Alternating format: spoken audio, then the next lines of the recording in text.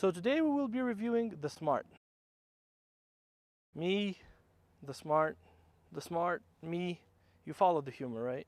This car was produced in a partnership between the Swatch Watch Company and Mercedes-Benz. It was built from 1998 to 2015, this specific generation. This car comes equipped with a 1-liter 3-cylinder engine that produces about 70 horsepower. I get it, it's not enough, but the car isn't heavy. It isn't heavy at all as well. The car weighs about 2,000 pounds. This car does about 38 to 45 miles per gallon depending on your driving style. The coolest thing about this car is that it's paired with a clutchless automatic transmission. Now, safety-wise, this car is an extraordinarily safe car. It comes with structural shell, 6 airbags, seat belt pretensioners, and the steering wheel retracts in case of an accident so you don't damage your legs. Talking about the exterior of the car, I think it looks awesome. It's a 2-door rear motor car, just like a Porsche. This specific car turns heads more than a Ferrari.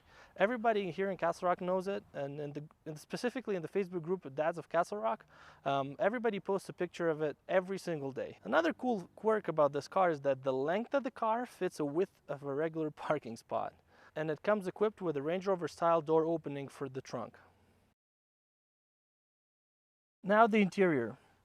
Talking about the elephant in the room, or to be more precise, the elephant in the car, the question was, will I fit in it?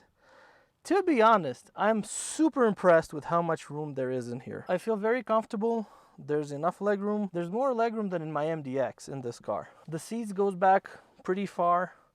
There's plenty of room for 2. It's impressive what they did to make this car so good on the inside. That's insane. The interior itself is very basic.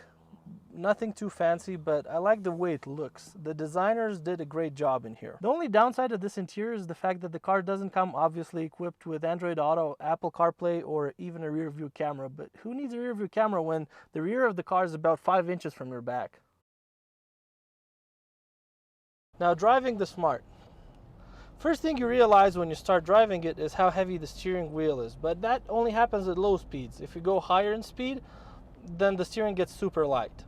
Second of all, the suspension. The suspension is not on the harsh side. I'd say suspension is pretty soft for this kind of car, which is impressive to me. Now, brakes. Brakes are the only downside of this specific car.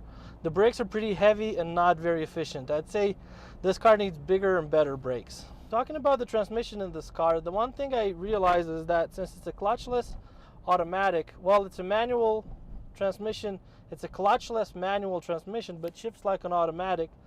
The one thing that I can say for sure is that it shifts very harsh.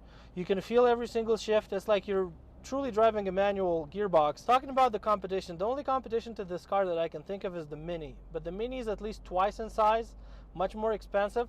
One of the benefits of the Mini is that you can get in much more powerful versions like the John Cooper Works. If you need a city car that's small, unique, and easy to park, I think the Smart is a great choice. This car exceeded all of my expectations. Thank you for watching this video. Please like and subscribe. See you next time.